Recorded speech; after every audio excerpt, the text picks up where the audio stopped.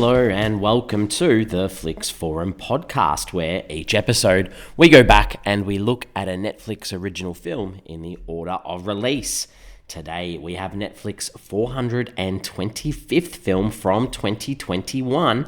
It's the Brazilian teen comedy called Confessions of an Invisible Girl, or Confissoes de uma Garota Excluida. It's directed by Bruno Garotti and stars Marcus Bessa, Caio, Cabral, and Klara Castanho. I'm Jesse, I'm your host. Thank you for joining me here today for this Netflix original film.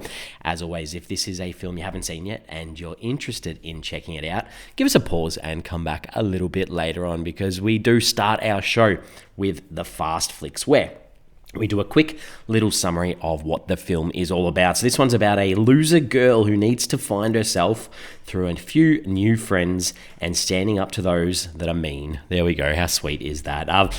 As is usual with most international films, it's very hard to find out anything about the film. On Netflix, when you log in, the log line says, an unpopular teen hopes to finally blend in with the cool kids in this sweet high school movie based on the best-selling YA novel by Thalita Rabocus. There we go. And then when you're watching Netflix, it says, when the clever but socially awkward Tay-Tay joins a new school, she'll do anything to fit in. But the queen bee among her classmates has other ideas. There we go. So, bit of a gist what this film is about. The film, as mentioned here, I guess, was based on the 2016 novel called Confissoes de uma Garota Excluida, Mal Amada e pouco dramatica by Thalita Rabocus. So the direct translation of this from Portuguese to English is Confessions of an Excluded, Unloved, and Slightly Dramatic Girl. There we go. That's very interesting. And you'll probably notice there that the word invisible that's in the English title isn't in that title as well, which is, we'll talk a little bit about later on.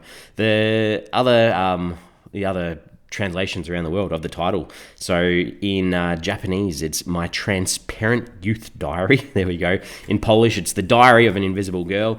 In Chinese, it's The Invisible Girl's Confession. In Korean, it's Confessions of a Girl with No Presence. There we go. It's a bit of a whack. And in Arabic, it's Confessions of a Hidden Girl.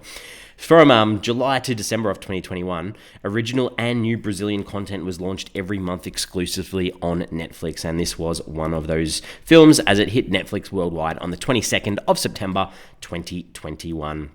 This was filmed in and around Rio de Janeiro in Brazil, and it was actually nominated for 2 awards at the Prêmio Contigo Brazil Awards. So for Best Child Actress for Klara Malheiros, and it was nominated for Best Children's Program, Picture or Series as well. So some nice little things there from this film. What are the critics and audiences saying about this film? On Rotten Tomatoes, it only has 2 reviews, so no consensus from the critics. They are both rotten, however. The audience, it's at 33%. That's on less than 50 ratings, so you'd have to say very on the low side. IMDb sits at a 5.3 out of 10 on 1,600 ratings, again on the low side ratings-wise.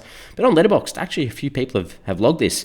It has been rated a 2 out of 5 on nearly 20,000 ratings, and it's been logged by 26,000 people. So on the low end of actual ratings, but it's been seen by a lot of people. So what are my early thoughts? What do I think about this film?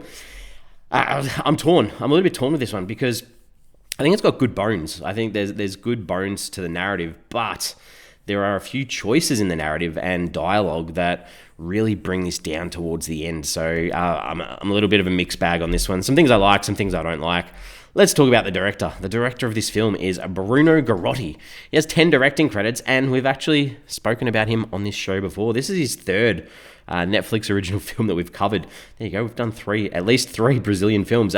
He did the film called Ricos de Amor, and he did The Secret Diary of an Exchange Student, which we did quite recently as well. And I believe there's the Rich in Love, which is Rico de Amor. I believe there's a sequel that may be a Netflix film that we'll cover at some stage as well. So this guy's getting a fair bit of work out of Netflix. But if we switch back to the film, let's talk about the characters in this film. So the main protagonist is Tay-Tay. She is an awkward, self-conscious nerd who is a social outcast and misfit. She has no friends, and she doesn't seem to be compatible with life, really. They don't really give her much. She's in your face, very hard to like. And Even worse for her is that her dad loses his job, so her and her family have to move in with her grandparents, which doesn't really fix anything because she not only gets pressure from her parents about fitting in and making friends, but also her grandparents too. They almost bully her, to be honest.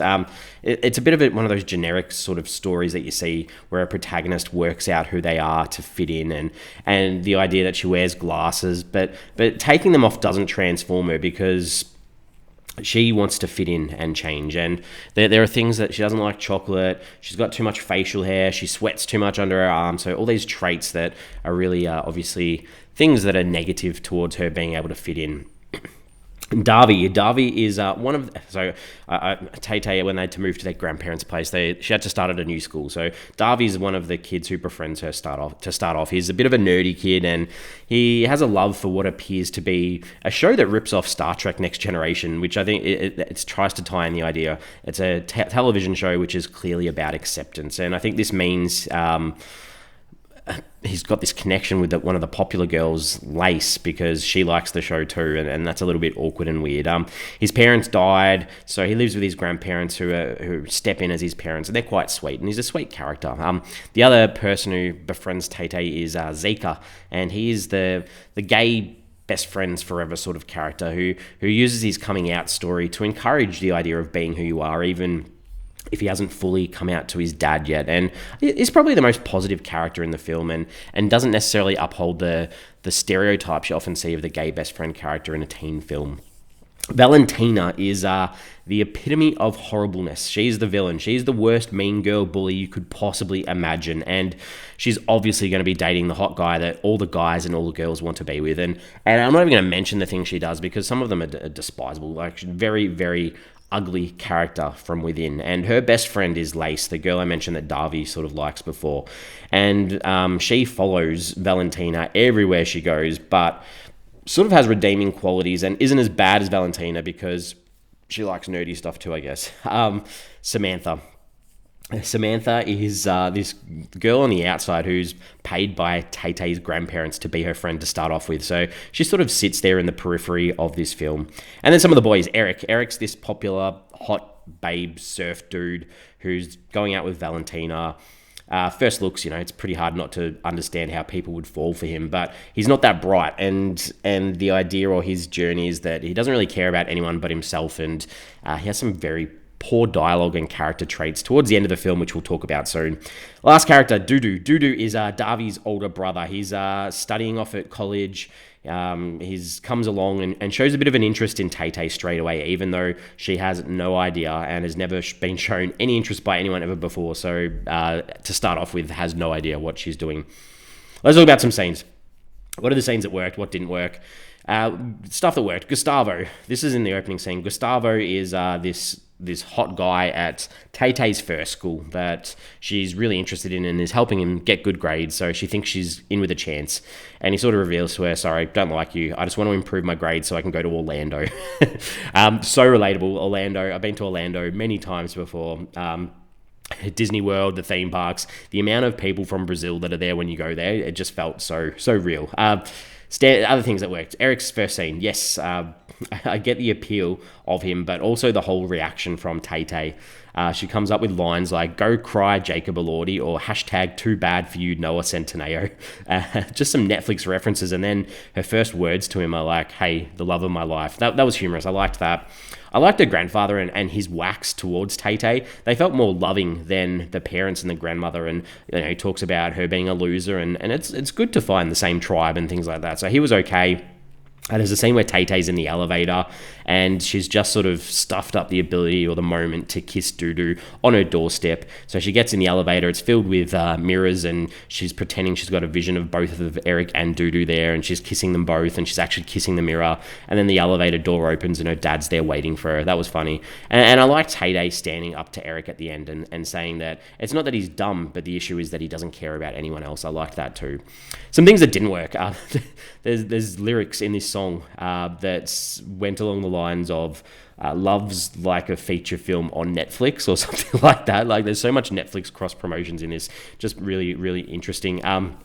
Every single fake out flash of things that Tay does that she doesn't actually do. It just got a little bit repetitive, too many montages throughout as well. And I think Eric invites Tay to this abandoned house at one stage to hear his band practice, and it was just random, and she sits there bopping along on the couch while these guys, there's obviously no electricity or anything, they're trying to play, and you don't actually hear them play because there's a song playing over the top. And then there's a cut of him going to talk to her, and he's putting his shirt on. Like, he didn't have his shirt off in the first place. Why? It was just one of those scenes.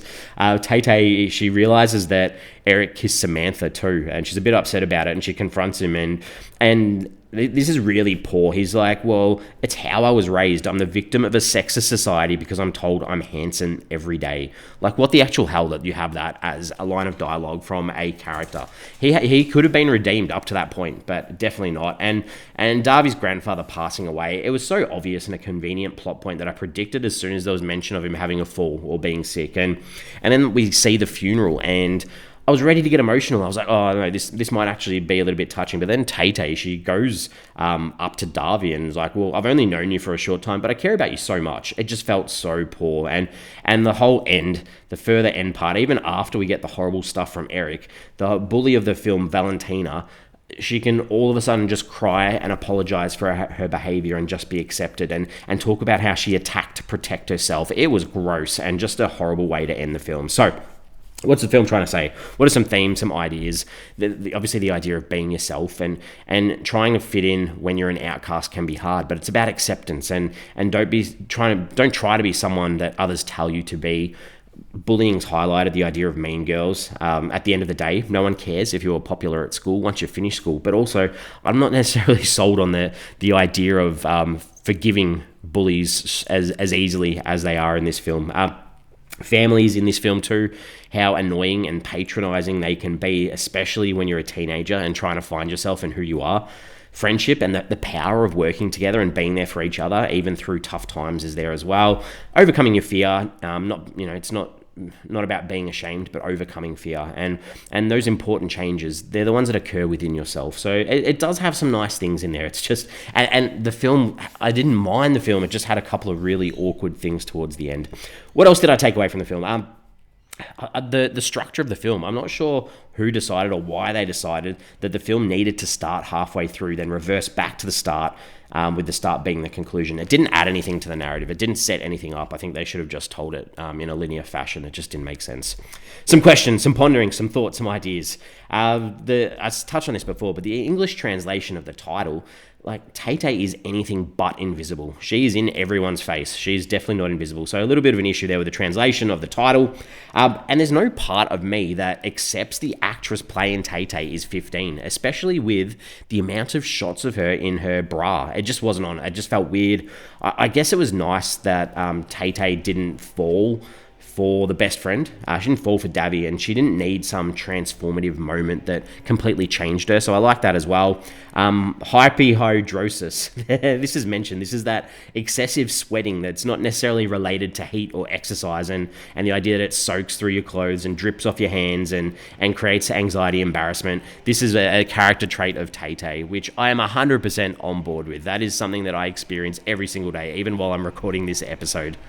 The Southern Cross gets a mention here as well, up in the sky and the stars, and I think sometimes the over-reliance of it being an Australian symbol on tattoos and the Australian flag makes me personally forget sometimes that it can be seen in other countries too. So I thought that was an interesting little takeaway, and I thought this while I was watching the film, because my kids are obsessed with this at the moment, and I don't feel bad making the comparison because I'm not the only one, but Tay literally reminded me a lot of Dora the Explorer, the Nickelodeon show. So if you watch the film after listening to this and you can think that you see Dora the Explorer, there we go. Education, there's a bit of commentary in here too. There's a bit of a big deal about it costing a lot of money, and I guess, is this just because they're moving their daughter schools for the third time in a couple of months, or is the idea that it's not free in Brazil and everyone has to pay for their education? I thought that was interesting.